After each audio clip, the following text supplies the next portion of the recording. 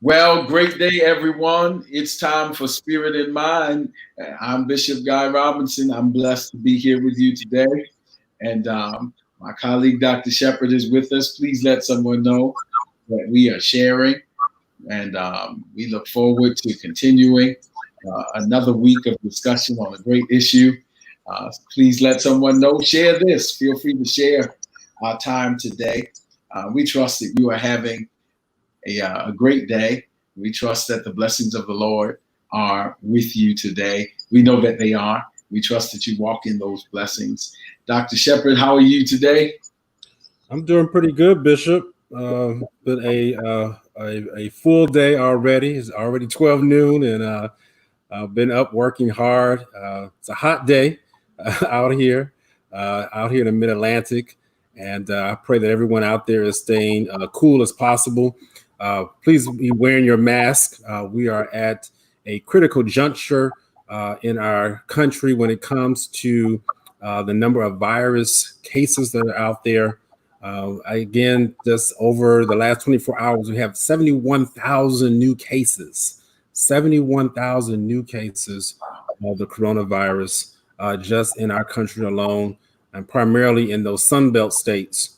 And so we want to make sure that we're taking care of ourselves. Maryland, I know a lot of people here from Maryland who watch us know that we are not exempt.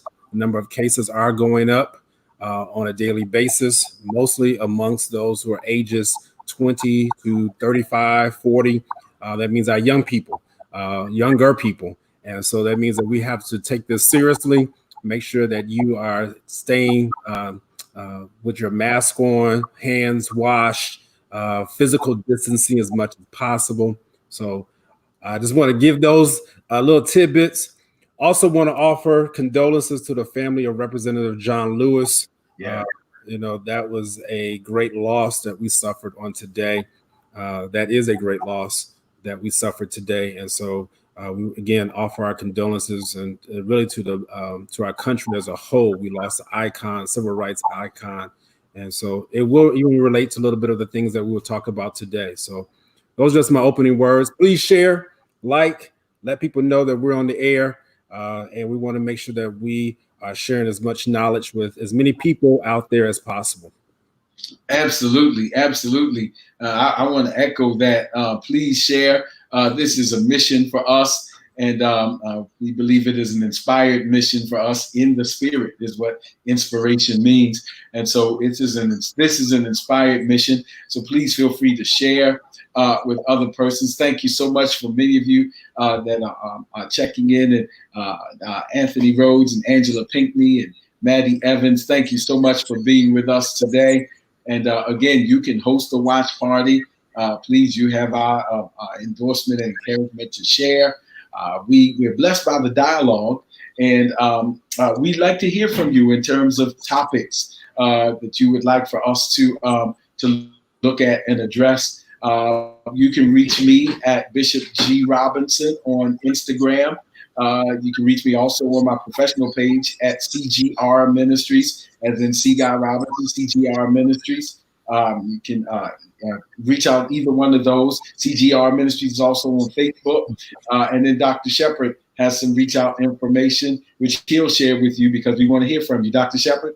Yes. So you can reach out to me, professional pages. There's the spelling of my name right there before you, Jonathan Shepherd. You can reach out to me there. Thankfully, continue, I'm sure because of this show, continue to get more and more new likes, more and more people are following.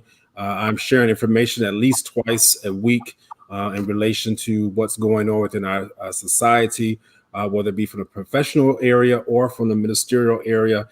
Thank God for allowing me to handle both areas. And so I try my best to do it in the spirit of excellence. So follow me, Instagram, Dr. J. Shep, Twitter, Dr. J. Shep, trying to get both of those up and running more consistently. So yes, please reach out to me, and my website, drjonathanshepherd.com. Again, spelling of my name is right there. And so look forward to communicating with all of you all out there. Absolutely, absolutely. Listen, today I'm in a different location. I'm grateful for just being able to be on. I'm in my office today. Blessed to pastor the Tabernacle of the Lord here in Southwest Baltimore. That's another way you can reach out with us at the totlc.org. Perhaps you're in the area. Love to have you. Actually, if you are online, you are in the area today because our physical building is really closed. I just happened to be in the office today. We gave away I don't even know how many bags of food through our partnership with some other charitable organizations. So we've been out on the corner, properly masked and socially distanced. Persons have been driving by, rolling down their windows. And we've just been trying to do the work of the ministry, represent the kingdom outside as safely as possible. So I'm in my office today, celebrate our evangelism ministry for doing that. But we want to talk to you about some things that we believe are of great importance. And so because this is a mission for us as well, I just had to make it happen. So I'm glad I'm able to greet you from my office. Glad Dr. Shepherd is with us today. And listen, we are continuing our discussion on emotional regulation in emotionally charged times. Indeed, it's probably very safe to say that these are emotionally charged times. Look at the news, read the newspaper, go online, and we believe it is accurate to say that these are emotionally charged times, regardless of what emotion you may be having. But these times are emotionally provocative. And last week we focused on the emotionally charged issue of reopening amid the COVID-19 pandemic. You just heard Dr. Shepherd give some very sage counsel concerning our continued need to be mindful that this pandemic is not done with us, even if we feel as though we're done with it. And so it's very important for us to have this emotional regulation going on even now, and that we respect the scientific and biological realities that COVID-19 is still very much among us. And so we got to talking about the realities of the COVID-19 pandemic. And since last week, Dr. Shepherd, some other issues have come up, even in terms of the opening of schools. When do they open? We didn't, that wasn't really a big dialogue last week when we were talking, and then the discrepancy between the state of Georgia and the city of Atlanta. That's all related to what we were talking about in recent developments. So, of course, we can touch on those at your discretion as we flow today. But our intention was to pick up today and talk about the emotionally charged topic that some refer to as the other pandemic or the other epidemic that has been chronic throughout the history of our American experience. And that is the issue of racial injustice, racial disparity, or simply plain old racism. Recently, both Dr. Shepherd and I viewed a video that is now viral by Phil Drescher. Phil is the co-creator of VeggieTales, the Christian animation series. And so Phil Vischer, rather, and Phil Vischer is the co-creator of VeggieTales. And the stated purpose of this video was to address, let me also say that Mr. Vischer is a white man, quite frankly. And yet the stated purpose was to address why people are so upset in the wake of these recently racially charged issues, George Floyd, Breonna Taylor, and others. He goes on to say that there is a long history of racial injustices in America and tries to summarize American history and how intertwined racism is to the history of the American experience. And he does a pretty good job of summarizing it in 17 minutes. And Dr. Shepherd and I were both moved. And Dr. Shepherd, I'd love to hear some of your reactions and insights as it concerns that subject. Absolutely. Well, first of all, there's so much to say. I mean, that was amazing. And actually, I was just previewing the video again, just in the first 5-6 minutes. It hit so hard. We have to understand that the world in which we live in, from when we were brought over here, and I mean, we Black Americans, when we were brought over here, we were set up for failure.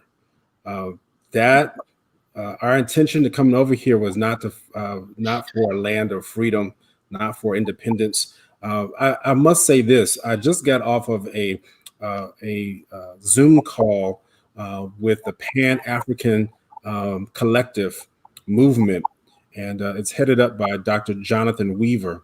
And really, it flows in line with what we are talking about today.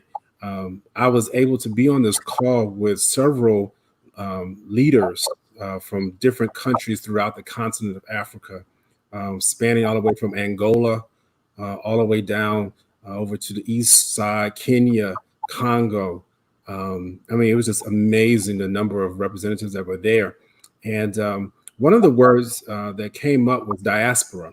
All right. And if you want to know what the word diaspora, and I'm going to start here to help you understand why is it so important to understand why racism is so strong in our society today. And I don't mean just in the United States of America. Racism is real throughout the world. All right. The word diaspora means, it's a Greek word, actually means to scatter. That's what it means, to scatter. And it is a community of people who do not live in their country of origin, but maintain their heritage in a new land. So that's very important. A community of people who do not live in their country of origin, but maintain their heritage in a new land. That is so important because when you look at what's happening here in the United States of America, you look at these statements where it says, "Make America great again." You look at it, it's really like a dog whistle when you hear those statements, because what they're saying is that the people who were brought here, and truthfully, America is a land of people who came over here. The indigenous people were living here before the Europeans got here, before the Africans got here, before whatever the Asians got here, wherever continent you came from. There were indigenous people, Native Americans. And so it really blows my mind to think that some of the European Americans think that their forefathers founded this land. That's just not true. And I can understand why people have such an issue with the Christopher Columbus statues. Again, not advocating for vandalism or for violence, but I understand. And that's very important to understand the thinking of where people are so you can be able to help them. But when you look at this of where people talk about origin and where they come from, we as Black people, we need to understand that we do have a place of originality, and that is from the continent of Africa. If you never visited Africa, you need to go. I've been blessed to go twice. And I remember the first time I went there and was not expecting this. When I landed on the continent of Africa, there was like a sense of belonging. It overwhelmed me. As soon as the airplane landed, and this is no joke, airplane landed, it literally overtook me. Like, I've been here before. Like, I feel at home. And it's just so interesting. So I've digressed enough. But so to bring it back to the U.S., we have now here people. We are a strong people. We are strong people here in this country. And again, I've said this before, we're not going anywhere. But when we were brought here, we were brought under this sense of that we were here to be slaves. We were here to serve other people, that we were here to make other people's lives better. And for many of us, we had no choice but to do that. And so there was different rules, laws, regulations that were put in place to keep us down as people. We have to be aware that many of those laws, even though they may not be written on the books, the spirit of that law is still in this land. Hear me clearly on that. Even if Brown versus Board of Education was eliminating segregation in the schools in 1954, as the video talked about, 1956, the Southern Manifesto, people from the Southern states went back and started having Jim Crow laws again in 1956. That's why it's so important for us to recognize a John Lewis today, because those people, Reverend Martin Luther King, John Lewis, others who fought on our behalf, that even after the Supreme Court approved for desegregation of schools, lawmakers went back and said, we're still going to do what we want to do anyway. That spirit resides even today, you all. Let's just be clear about that.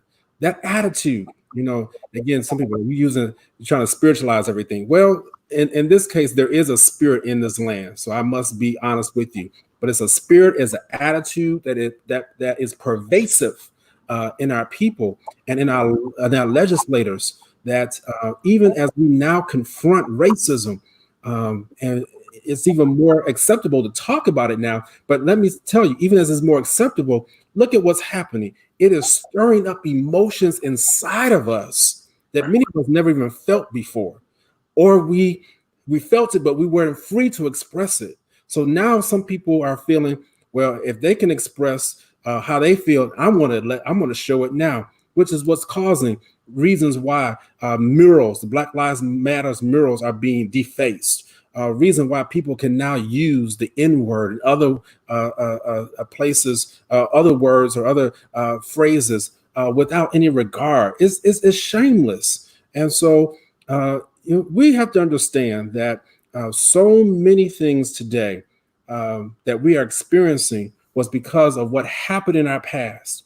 And we have got to go back and make sure methodically, I'll say it like that, and detangle some things. Let me say this. You might say, well, Dr. Shepherd, that may take a while. One thing about when you detangle a rope, and I hope you hear me on this, is that as you do loop by loop, sometimes when you just get to that right point, the whole thing just unravels. I hear God saying that if we just take it one step at a time, he can speed up some things and unravel some of these things that we're going through right now. So I want you to be vigilant on what we're doing. Oh, wow. I think I lost Bishop. I think I lost him. So I'm going to continue on with stating what I was saying. So in that particular video, it was so important for us to realize that these different things that have occurred in our past, they are pervasive again in what is happening today.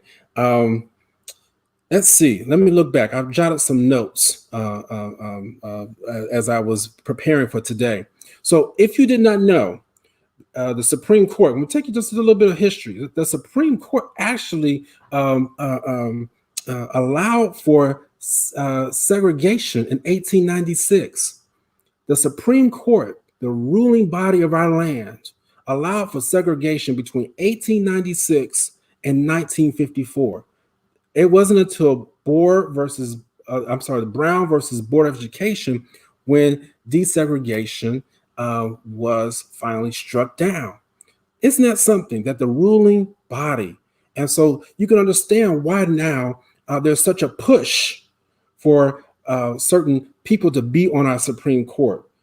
They want to be able to move that needle back towards some of the things that used to be in play. That's so interesting to think about. That's why it's so important that we pray for our justices.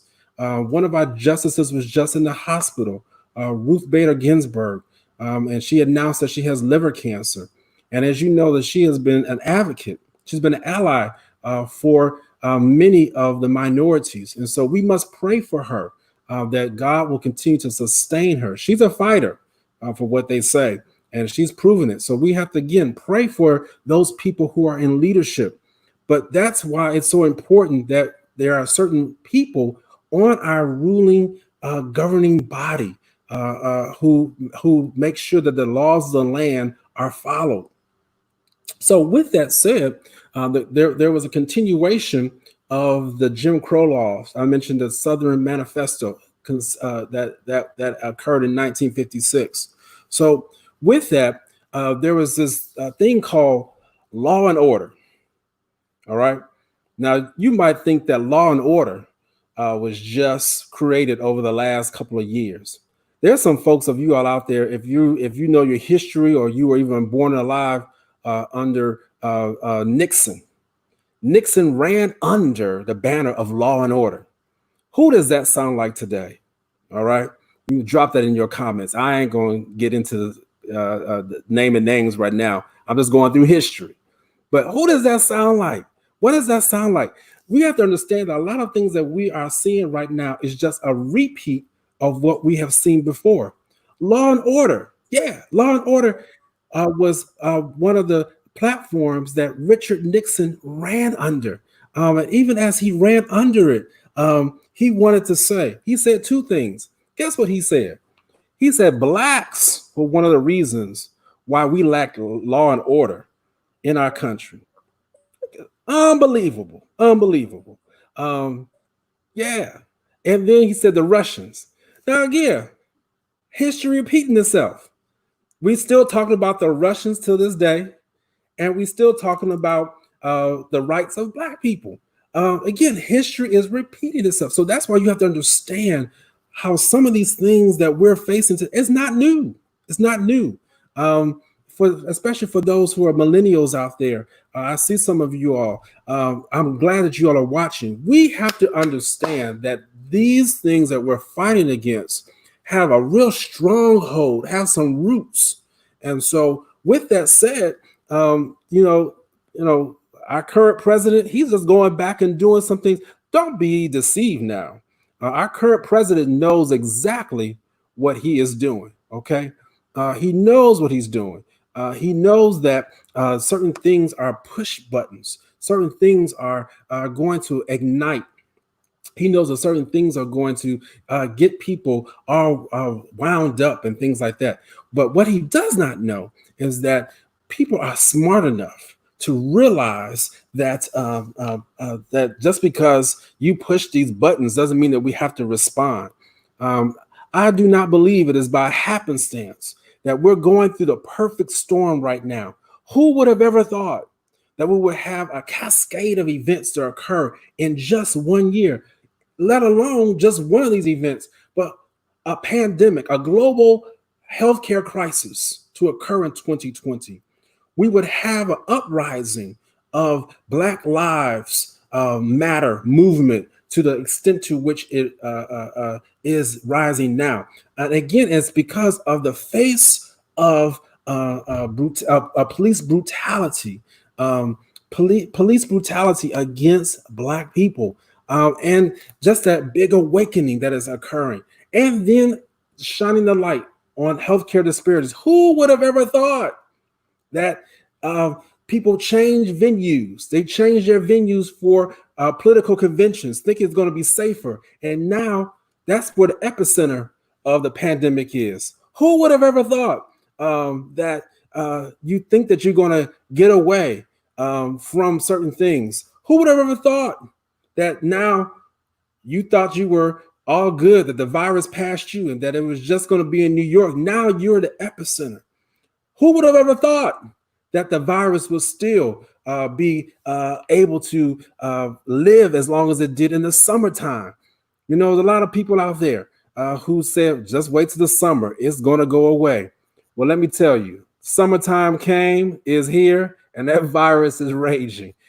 So let me tell you, all these things have brought together a perfect storm for us to be able to know that God wants to get our attention. And he wants us to get back to making sure that we're, number one, seeking him first, and that we're becoming advocates for freedom. All right. He wants your soul to be free. Again, this is spirit and mind. All right. He wants your spirit to be free. He wants your mind to be free. And then he wants your body to be free. So he is absolutely behind all of this, of what is happening right now. So again, I digress. Nixon was for that law and order. All right. Isn't that something? And so then with that said, again, just going through some history, we had what was called redlining. All right. Redlining was so important because through redlining, it marked certain districts within a urban city that would say that, only blacks could live in a certain area. And if you remember, many of those were in the downtown areas or within the actual urban areas. I hate to use that word urban, but within actually the inner city. Let me say that the inner city neighborhoods. And then the others minorities would move out to the suburbs. All right. It was called redlining. And so there was only certain things that could occur within that neighborhood. And do you know that realtors, this is so eye-opening, I didn't know this, that realtors could only rent or allow people to buy land in certain areas. So let me give you some examples. In Cicero, Illinois, I am from Chicago. I'm a Chicago born and bred boy. Yeah, I'm from the suburbs of Chicago, but yet lived in Chi-Town, in the Chi. That's what I was going to say. So lived in Chicago for my first 30 some years of life. And so I know Chicago well. And there's a suburb that's called Cicero, Illinois, and it's still known to be racist. And so there was a white family that subleased a apartment to a black family back in 1950s, you all. And when they did that, the white community got so mad that they burned the apartment complex down and tried to prevent the police and the other officials from being able to allow the fire to be taken out. Shameful. Riots broke out in Cicero over the subleasing of an apartment to a black family. Again, we're only talking 50 plus years ago, you all, maybe 60 years. Isn't that something?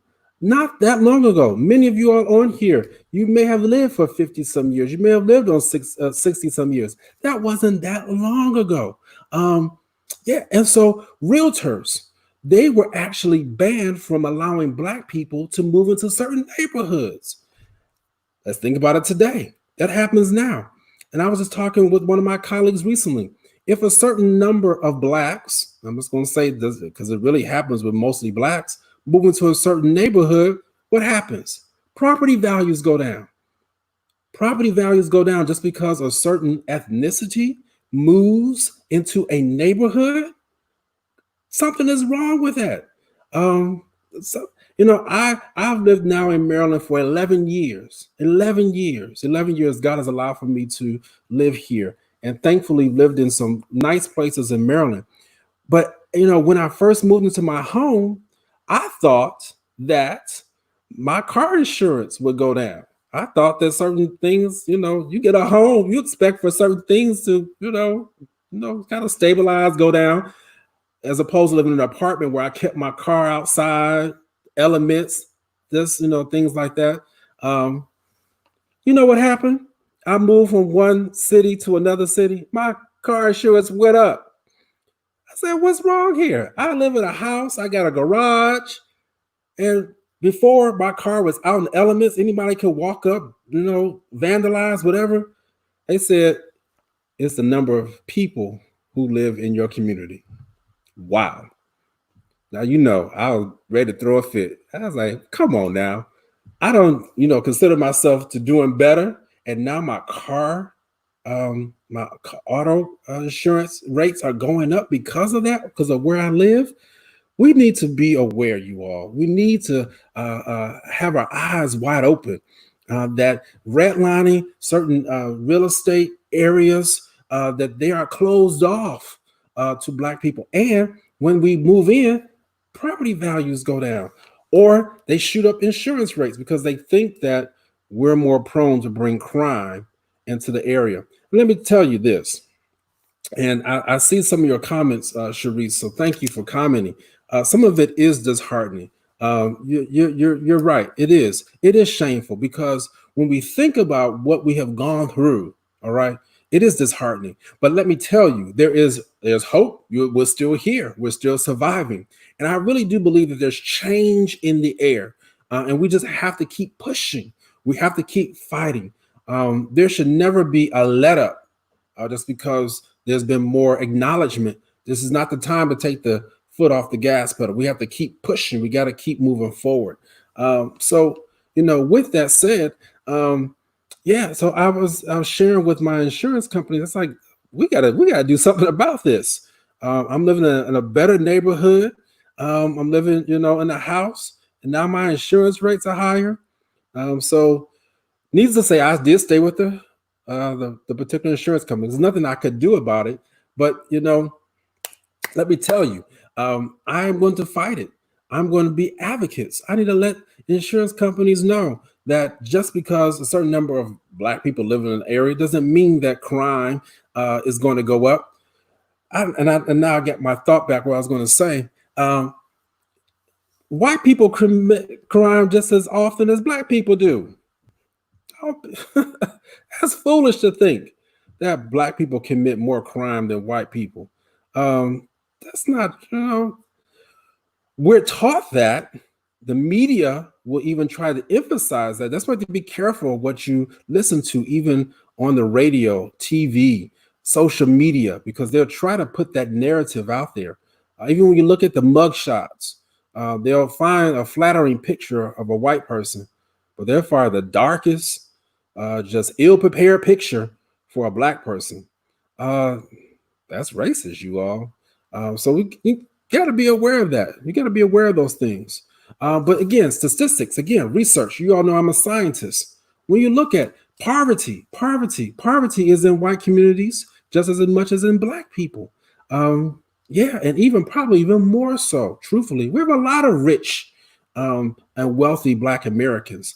But as you know, as this coronavirus pandemic has illustrated, is that it doesn't matter about your wealthy status. Look at Prince George's County in Maryland, one of the areas where there's a high number of wealthy Blacks and minorities. But yet in Maryland, that was the county that was hit the hardest because of the coronavirus. And it wasn't just hit hard because Black people lived there. It's because of the healthcare disparities.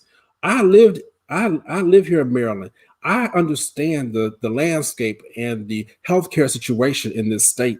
Being here now for 11 years, Prince George's County, unfortunately, does not have a lot of healthcare providers. That's why there's new hospitals trying to be built through the University of Maryland as I speak right now. Because when you think about where they have to go, there maybe is only one hospital that really represents all of Prince George's County.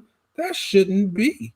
And so healthcare disparities are one of the major issues. So if you don't have a primary care provider, if you don't have those resources, you're using the emergency room. You couldn't really go into the emergency room while the pandemic is going on because they were afraid that you could contract the coronavirus, which is really kind of misleading.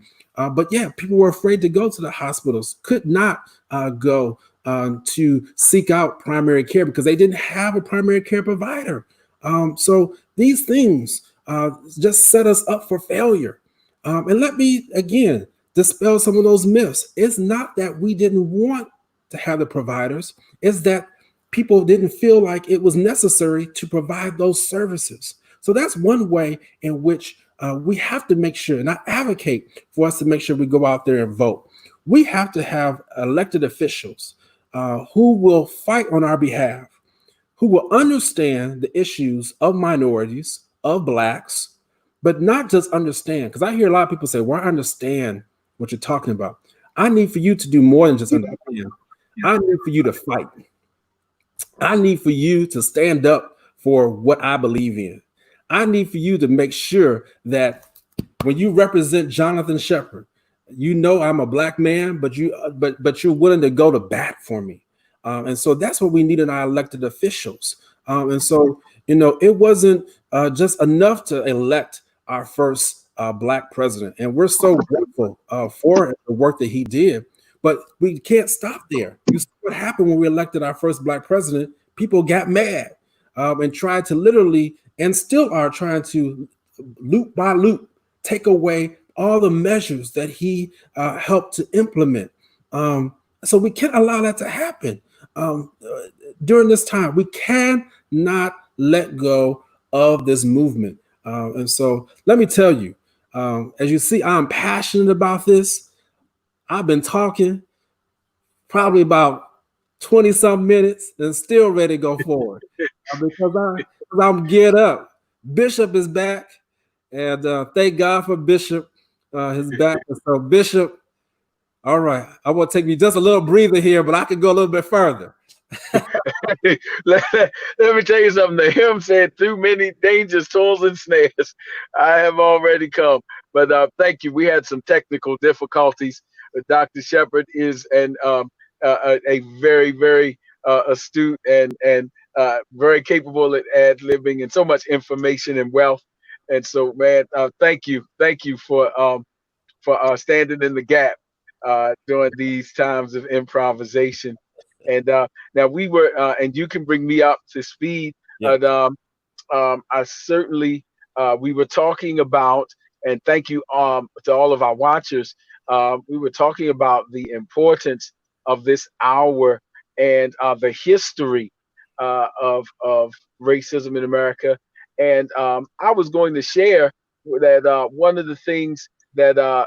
Vischer addresses is that even after the Civil War, because sometimes you hear those kinds of arguments that the Civil War ended and it took care of everything. And that is so erroneous. Actually, historians better state that that surrender happened on the battlefield. The army surrendered the physical battle, but the mental battle, the psychological battle, and even the theological battlefields were never conceded. And so many of the monuments that you see were an effort to, during Reconstruction, were made in an effort to appease what history calls, what they call the lost cause. You can Google the lost cause. And what that means is that there were those Confederates who honestly believed that they had divine rights for this kind of institution of slavery.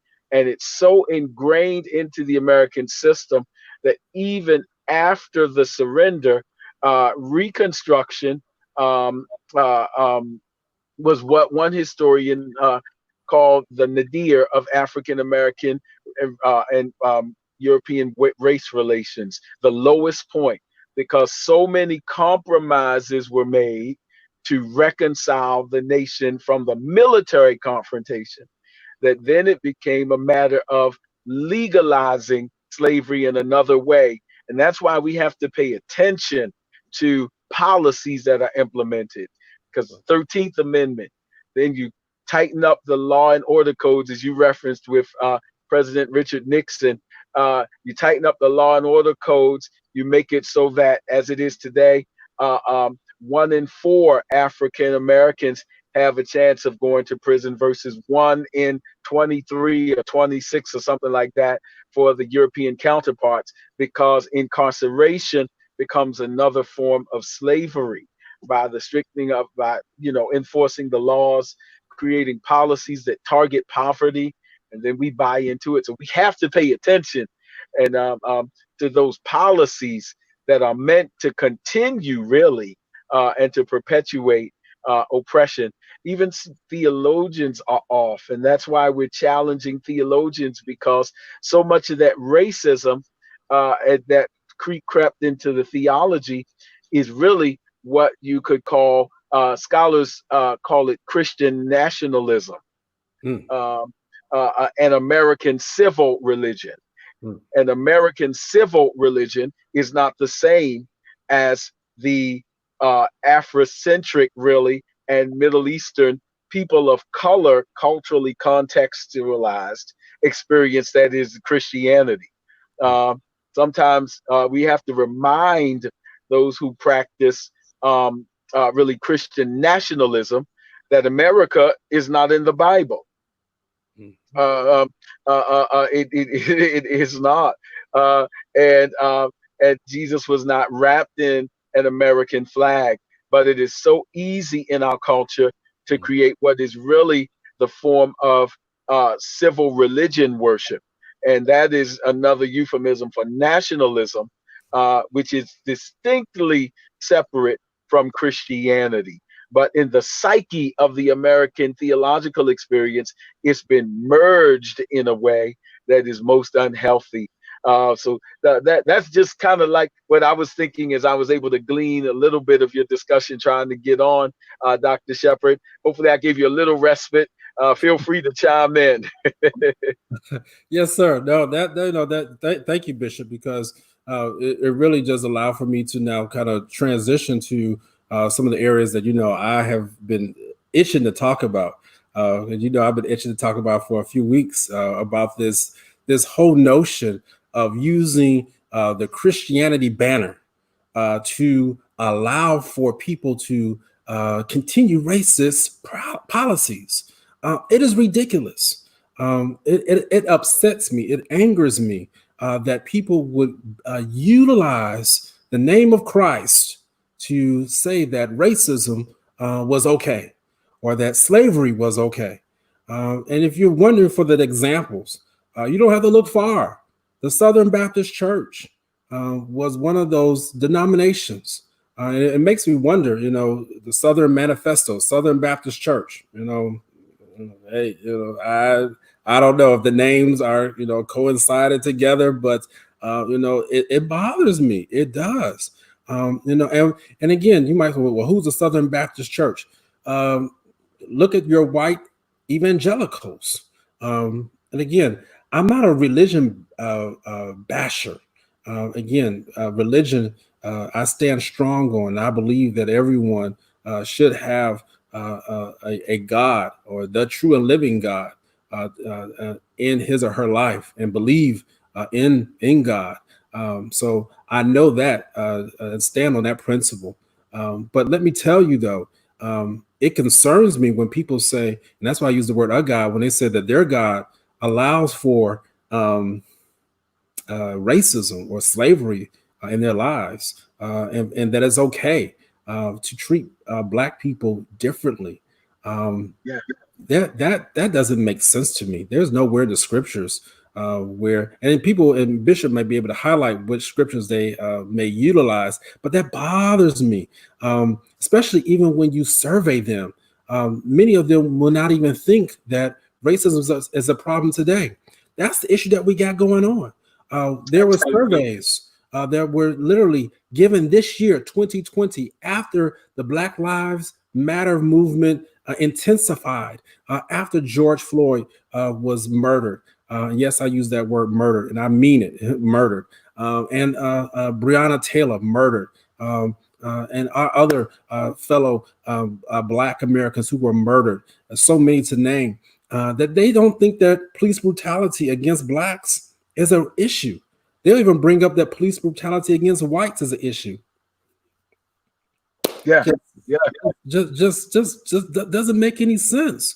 And so we have to call out those things. We have to make sure that you cannot stand for the name of Christ and yet believe in those type of racist policies. It doesn't match up. And you have to do it, yet you don't have to do it, get indignant now. But you let people know. No, I know the truth. I realize the truth, and you're not going to brainwash, and that's what's happened. You get caught up in some of these movements. Yes, we have to be careful who you listen to. You have to be careful who you are allowing to speak into your life, speak into your spirit, because you can be brainwashed. And you be like, oh, they are good. I can. Well, they're just so soulful. They're just so inspirational. Everything soulful, inspirational is not necessarily good for your soul. Case in point, every time you eat that ice cream, it's not good for your body, even though it tastes good, even though it look good. But yes, it may not be good for your body and for your cholesterol, for your blood sugar, for your hypertension, all those issues. The same thing for your spirit, man. It might look good, it might taste good, but is it really truly feeding your soul? That's why you have to be careful. The Bible talks about making sure you have a pastor after his own heart. who shall Right. give you, who shall feed you with the knowledge and understanding from God. So let me just say this too, Bishop. Man, I'll tell you, I'm stirred up here. You said something, and I always say this. You say something, Bishop, that I literally just analogies would just pop into my mind. But there's a battle at the altar. You talked about the physical surrender. You talked about how the people were on the battlefield, and there was a physical surrender at the Civil War, but there was still a mental struggle. Man, that thing, the Lord just dropped that on me. That's what happens at our altar when we are in our churches. The devil himself may say, that's cool. Physically, I want to let them go. When you come up to the altar and you surrender your life over to the Lord, okay, that's fine. Jonathan, you did that, but I'm not going to let go of your mind. And that's when we really have to make sure. That's why when you come to the Lord, when you are going through the working out of your own soul salvation, you have to pray. You got to know God because there's that mental struggle. The enemy don't care. Yeah. It's the same way. I just thought about it, Bishop, as you said. It's the same way. Enemies, okay, I'm cool. Physical surrender. I'll take my hands off of their physical body, but that mental struggle will still be there. And so we have to be dedicated day after day to say, I am committed to walking this walk with God. I'm committed to this fight of what I've been called to do. I am committed to the calling that God has placed on my life. I'm committed to my family. I'm committed to going to school. I'm committed to whatever that thing is. And so, Absolutely. all right, Bishop. That's true. It's all true. It's true in the context even of what we've been discussing. Let me stay right there. That's why the theology comparison to racism as America's original sin is so theologically appropriate.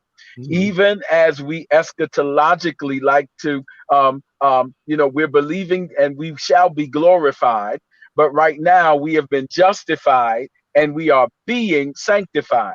And while we are being sanctified, there's still a little bit of that Adamic nature, the first Adam in us, that still rises up. That's what the scriptures are trying to tell us, because that Adamic nature is sort of like a bad default for us.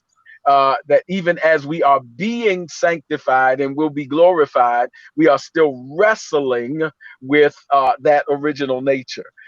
And I would suggest that's where the comparison is. If racism is America's original sin in the Adamic metaphor, is to say, even as much as we like to believe, and some of us know that after the election of President Obama, which you referenced, we believe that meant that we were now in a post-racial society, that we had reached the eschatological glorious stage of racial glorification and we were beyond race.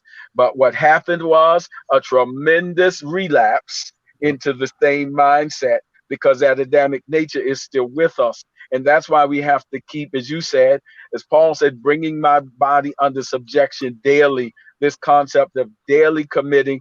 So the racism issue plagues America, and it's in different ways, and it shows up just like that Adamic tendency in us, and it has to be addressed and is constantly in need of sanctification experience. And that's what we hope Spirit in Mind is. Let me also say, yes, and let me address something, because I so appreciate our writers. You have to check your scholasticism as well. Two things. One is the word America is not in the Bible, and that is accurate. And then America, and then I so appreciate that insight. But then secondly, most scholars believe that there is not even a metaphorical reference to America in the Bible. Wow. The desire to see America in the Bible is really birthed out of that patriotic nationalism that I referenced before, the civil religion that caused the poor exegesis of scriptures like Daniel. And the ones who tend to believe that, that's why it matters where we receive our theological education. If you receive your theological education within the context of those who are practicing that civil religion proclivity, you will see things that are not in the scriptures. And that is so important because that American nationalism, we call it Sitzenleben, which is the German term for station in life, which means my social location gives me a bias in my interpretation. And a part of a good theological education experience is learning to recognize our biases and acknowledge them. But if recognizing my biases mean I have to recognize my racism, then sometimes there's a tendency not to recognize those biases, particularly in white evangelical theology. So if you read your Bible commentary as a part of even what we call in the academy your research methodology, you have to check who wrote your book. It matters because just because it's been printed in a commentary doesn't mean that it was accurate, especially given the Americanization and nationalization of what is really a scriptures and a whole Bible that takes place in the Fertile Crescent, in Mesopotamia region, in Babylon, in Israel, in Palestine. And so that social context is drastically different than the American desire to superimpose itself upon a cultural context that really is estranged from it. I don't say that as an expatriate.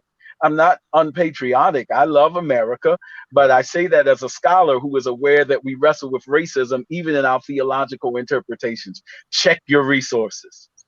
Absolutely, absolutely. Wow, wow, wow. So let me just tell you all, this has been an excellent discussion. And we have to pray. We have to pray for our brothers and sisters, not just here in America, but all over this world. That's why I mentioned earlier, it was so in tune with what I was dealing with earlier prior to this broadcast, being a part of that Pan-African collective movement, as they are understanding the emotional and mental health of the diaspora, because the nationalism and the colonialism, European colonialism, and that particular spirit that has tried to come in. Well, I said try. They did come in and try to rob us of our goods, of who we are.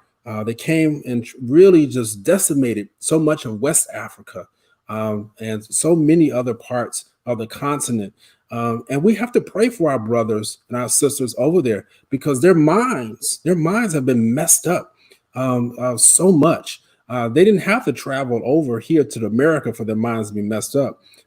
Even within some of their villages and even some of their towns and cities, I've talked about they've talked to me about the trauma that they have incurred. The women being raped, husbands having to watch their wives being raped in front of them. So a lot of the trauma actually mirrors the trauma that we see over here in America. It is so fascinating. And I don't say fascinating as like, I'm just fascinated by just the similarities. We as people have been traumatized, and this trauma will manifest itself in so many different areas. And that's why it's important. If I go back now to what we've been dealing with for the last few weeks about emotional regulation, that's why it's so important that you do your best, that when you have suffered the traumatization that we live with on a daily basis, and you find yourself not functioning properly, that's when you need to ask for help. All right. I know we're winding down here. I never want to make it feel like or seem like we're not going to push mental health treatment. We want to make sure that if you find yourself, even as you're going through these discussions, wow, I might need to get me some help. That's a good thing. That's a good thing. We want to make and promote that, promote mental wellness, promote mental health services, but also realize that these things that we have gone through really have skewed us and skewed our way of viewing things. And so that's why we have to be renewed in our mind. All right. That's why I don't understand sometimes for those who've been raised up in the church, who've been raised up knowing God, that, I don't know if God really likes me. I don't know if God really is for me. Let me tell you, you're going to have those days where you feel like that. But let me reassure you today, God is for you. God is for us. God is for Black people. God is for white people. He created us all. So there's no necessarily where he likes more people or favors more people than others. That's a lie. God is for you. I want to make sure you understand that God is for you. He's on your side. He loves you. He cares about you. What we're doing today is highlighting what has happened within our history so that we can make sure that, again, history doesn't repeat itself. And then also understand that some of these things that we're dealing with, we got to go back. We got to uproot it. I said it earlier. We got to go back. We got to uproot it. And we got to deal with it within our church settings, you all. Our churches have to be more vocal. Our churches have to be able to handle the societal issues that are plaguing our Black people. No longer can we go back to just dancing and shouting and saying everything's going to be all right. And we have not done the due diligence, the practical applications of what it takes to do better. I will no longer stand for that. I can just state that for myself. There has been a shift in my mindset. There has been a shift in my attitude. I can no longer stand by and see how we just try to dance our way through issues and hangups and things like that. God is not pleased. And I can say that confidently. God is not pleased. He has tried to awaken us up. And I say try. Some of us are waking up, but we have got to get on board with what God is doing right now. And yes, we can dance, and I could dance and shop with the best of them. But let me tell you, when it comes time to do it, we'll do it. But there's some work that we have got to do. And please, hopefully that this has inspired you today. All right, Bishop, I feel myself going there again. Absolutely, absolutely. And we thank you. Thank you for engaging us. I know we've been an hour. It was a very different hour. That is again because we were trying to do ministry in another context on the streets of urban Baltimore, where I pastor. And so we had some technology issues, but we're so grateful for your insight as well. I hope you hear the premise of us. We may disagree on some of the details, but the premise is that America has a racism issue, and if it's ever going to be healed, it has to be addressed. And we will certainly continue to dialogue about that, not because we seek to be rabble rousers, but because ignoring the issue does not heal it. It is a fundamental principle that you have to address these issues in any relationship if it's going to get better. And so with all of that in mind, and I might add this, I learned some things from a gentleman who was doing some home remodeling for me, and he shared something powerful that before there can really be remodeling, there must be a day of demolition. And the day of demolition is when you take out anything that is in the building that is no longer helpful to the construction of the building. And so there must be a day of demolition. And what we're seeking to do is demolish those kinds of ideologies that we have that we don't even know have been influenced by erroneous interpretations of scripture that are done from a Eurocentric bias, and that we introduce the importance that we begin to write our own books. Any person who has done their due diligence academically in our community, we do come from an oral tradition history, but it is so important that we begin to codify these things so that they are included in the general pedagogical process, in the teaching experience of our, not just our people, but even the minority needs to know. And now you will get pushback because the day of demolition is sometimes a traumatic day. When I was watching the remodeler person begin to demolish things that I had spent years putting together, things that were part of, here it is, as it concerns the monuments, a part of my history, but were no longer helpful to edifying the building. And I was watching him carry away and demolish stuff that really I built. And so I did feel some kind of way. And I submit to you that as it is in the natural, so it is in the spiritual. that when we begin to demolish some of these ideas and philosophical constructs and revisionist historical narratives, when we begin to demolish them, it creates some kind of reaction. But without a day of demolition, there cannot be a renovation, a day of making all things new. And that is really what the Bible says in this words. Behold, I make all things new. But in order to make all things new, there must be a day of demolition. And so we do, that is our desire, is to remodel in a healthy way our theological constructs, our psychological perspectives, and even our national discourse, so that we might facilitate healing as instruments of the healer, who is the Lord strong and mighty. Thank you for watching Spirit in Mind. Thank you for contributing to the conversation today. And thank you for your patience with my technological issues. And Dr. Shepherd, thank you for your amazing skills to keep us going while you were waiting on me. Absolutely. Thank you, Bishop. Again, thank you to everyone who was out there, and I appreciate so much the comments. Go back. I see somebody who's going to go back and listen. Go back, let people know. Please like, please share. We want to continue to increase our viewership. Please pray for us. I see people who said they're going to pray for us. We need your prayers. And as Bishop has said, please let us know the topics that you want us to discuss. Bishop's in the car. We're mobile today in spirit. Yeah, I pulled over though. I pulled over. It doesn't matter where we are. We're going to make sure that we take this and do this wherever we can. And so I just praise God for this opportunity. Thank you for watching Spirit in Mind. Bye-bye.